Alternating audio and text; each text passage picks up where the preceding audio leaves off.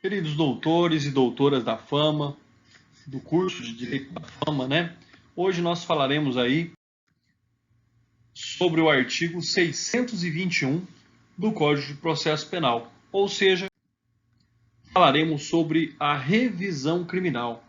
Ou seja, o artigo 621 ele trata da revisão dos processos findos, isso que é bastante interessante. Então seria uma reanálise de um processo transitado em julgado. Então, a revisão criminal tem por finalidade discutir novamente processos já transitados em julgados, né? Nos termos aí do inciso 1º, diz que quando a sentença condenatória for contrária ao texto expresso da lei penal ou à evidência dos autos.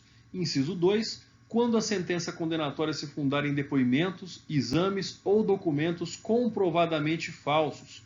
E 3, quando, após a sentença, se descobrirem novas provas de inocência do condenado ou de circunstância que determine ou autorize a diminuição especial da pena. Então, a revisão criminal tem por finalidade a reanálise de processos transitados em julgado. O trânsito em julgado da sentença condenatória nada mais é do que um requisito indispensável e fundamental para o ajuizamento da revisão criminal, ou seja, não existe revisão criminal senão de processo transitado em julgado. Para isso, analisemos aí a jurisprudência do Tribunal de Justiça do Rio Grande do Sul, que diz a inexistência do trânsito em julgado da decisão condenatória não autoriza a reapreciação do julgamento em sede de revisão criminal. Então é aí um requisito indispensável para que a revisão criminal possa ser então interposta.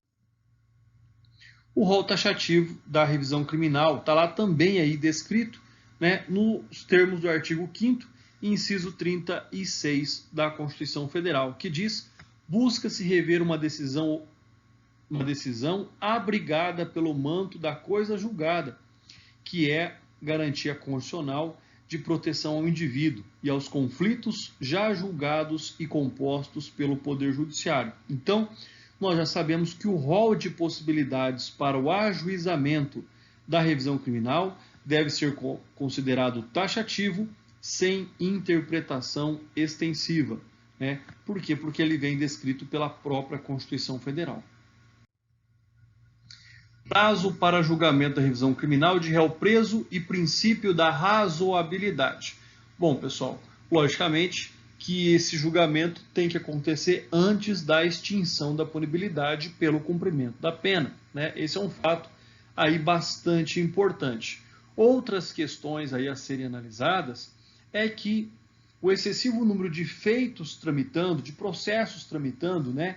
Ao contrário, busca-se o limite do razoável, que é logicamente impreciso, mas depende da análise de cada caso concreto. Então, nós temos que compreender que a revisão criminal tenha que ser julgada o mais rápido possível, né, para que, se ela for julgada, em caso ela seja julgada procedente, ainda haja algum tipo de proveito ao recorrente.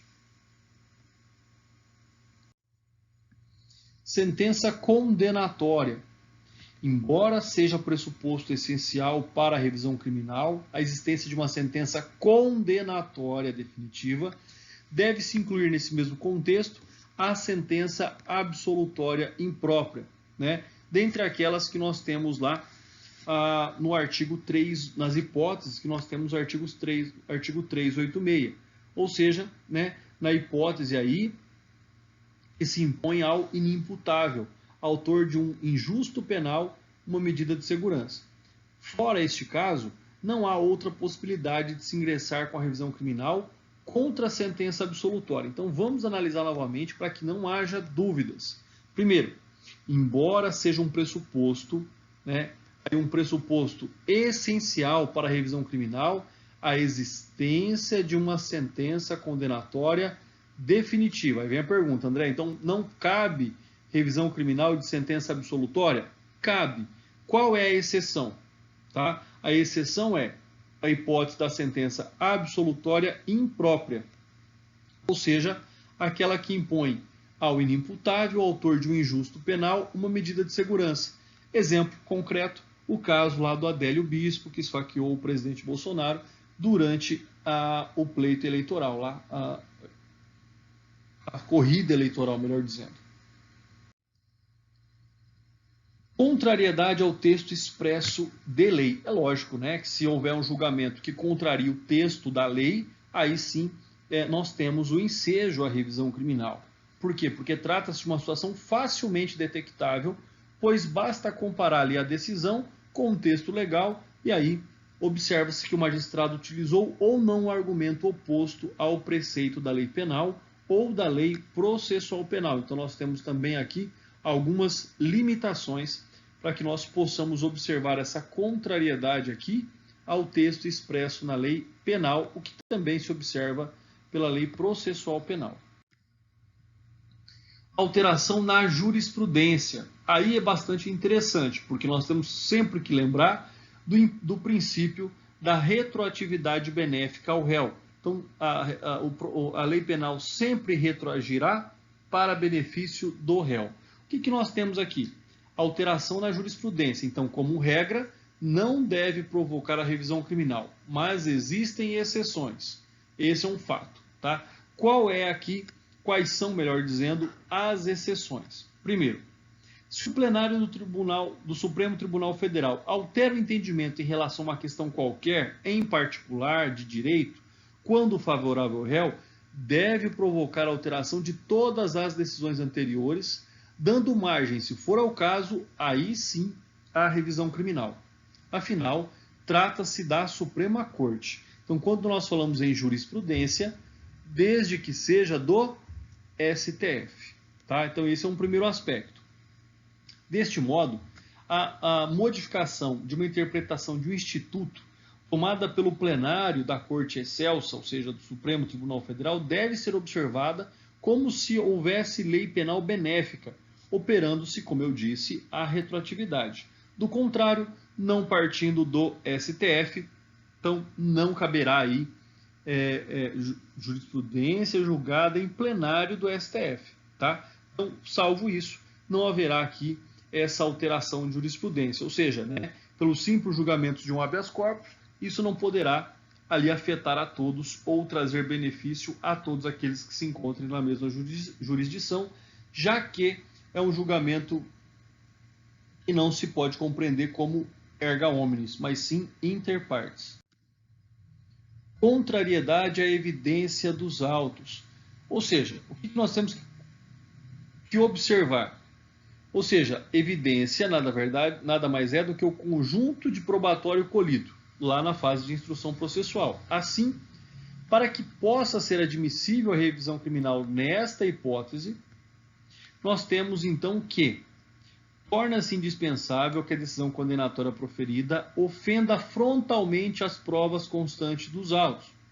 Ou seja, assim como então ensina o Bento de Faria, evidência significa a clareza exclusiva de qualquer dúvida, por forma de demonstrar de modo incontestável a certeza que emerge dos autos em favor do condenado. Então, se foi um julgamento contrário às provas dos autos pelo magistrado, cabe aqui a revisão criminal.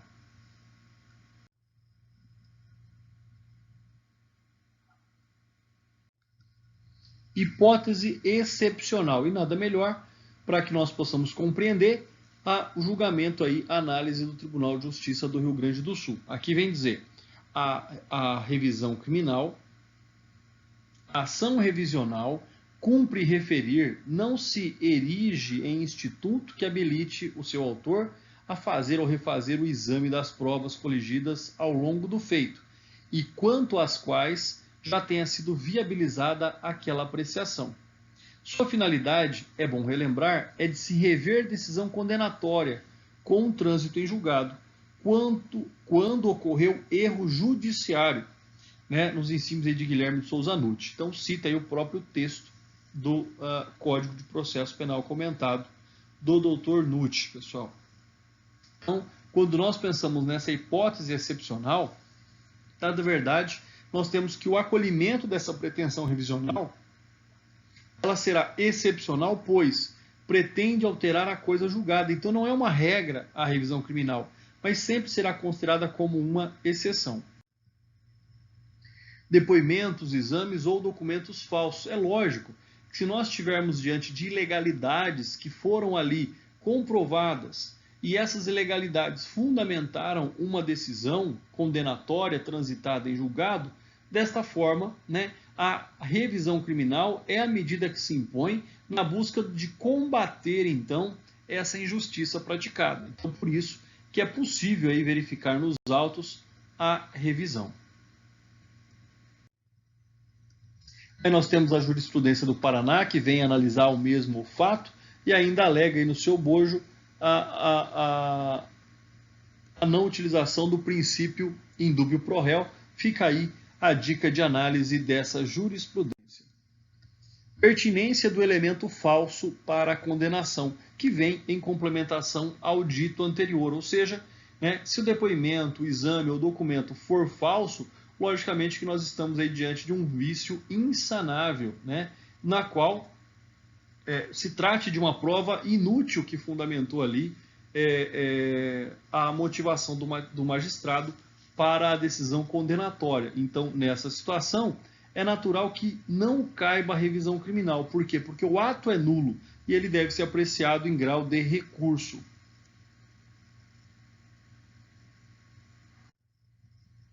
Novas provas da inocência. Então, sobre esse aspecto também, caso surjam provas posteriormente ao trânsito em julgado, elas podem ser reapreciadas, não, elas podem ser submetidas à apreciação para que possam, então, aí, auxiliar na busca da verdade real dos fatos e quiçá, não permitir que o inocente possa continuar cumprindo pena em razão de uma condenação injusta.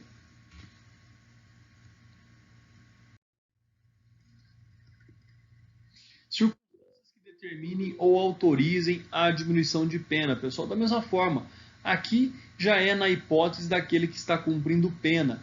E também cabe, então, aí revisão criminal, que vá alterar aí o regime de cumprimento de pena ou o tempo de cumprimento de pena. Então, nessa situação, a revisão da sua pena, que for afirmada com base em furto simples ou qualificado, mas sem qualquer tipo de diminuição. Então, se isso não foi apreciado durante o processo, pode ser apreciado aí na fase de execução penal por meio da revisão criminal. Revisão criminal para alterar a pena fixada. Quando nós falamos em pena, logicamente nós temos que lembrar do sistema trifásico da dosimetria da pena, que está ali no artigo 59, 61 e 65 do Código Penal. Então, sobre esse aspecto, nós temos que ver que é uma medida excepcional, ou seja, somente justificado quando o órgão prolator da decisão contrariou o texto expresso da lei penal, ou seja, um exemplo aí que nós temos, o artigo 63, reconhece a reincidência, aumentando a pena para que não se encaixa na figura prevista no artigo 63, ou a evidência dos autos. E sobre esse aspecto, então, reconhece ali também a péssima conduta social, aumentando a pena base, fundado em presunções não comprovadas por provas colhidas aos autos. E sobre esse aspecto, então, a revisão criminal, quando o juiz decidir fazendo valer a sua atividade discricionária. Agora, o que nós temos? Ela é aplicável quando nós não temos critérios fixos ou palpáveis para justificar. Tá? Agora, simplesmente alterar o quanto da pena, porque considerou exagerada, segundo entendimento particular de subjetivo, aí não cabe, sobre esse aspecto, a aplicação da revisão criminal. Revisão criminal para aplicar a lei penal mais favorável. É um procedimento também inadequado. Por quê? Porque nós já temos a súmula 610 do STF, que fala a respeito disso. Ou seja, além do mais, quando o juiz em primeiro grau aplica a nova lei, permite-se o recurso ao tribunal. Então, existe já uma forma a se discutir se aquela é uma lei mais favorável ou não. Lembrando que aqui só prevalece a lei mais favorável no âmbito da lei penal. Da lei processual penal, mesmo que o procedimento seja menos favorável ao réu, assim ainda ele será aplicado de imediato. E por fim, essa busca da prova nova, né? Pode ser ela introduzida diretamente aos autos da revisão criminal quando se tratar de documento novo, por exemplo, como pode ser alcançada por meio de procedimento próprio, ou seja, denominado de justificação, que é uma medida cautelar, voltada à preparação de futura ação penal ou de julgamento. Nesta situação, nós temos então que desenvolveu-se ali a justificação perante o juízo da condenação, como preceituado lá, por analogia, do artigo 381, parágrafo 5º do Código de Processo Civil, lá de 2015, conforme diz aí a redação do artigo 861 do Código de Processo Civil anterior. Então percebam que, por analogia, pode-se aí entrar com uma medida chamada justificação, que é a colheita de prova, para isso posteriormente embasar uma revisão criminal. Pessoal, e esta então foi aí a nossa aula. Um forte abraço a todos e bons estudos.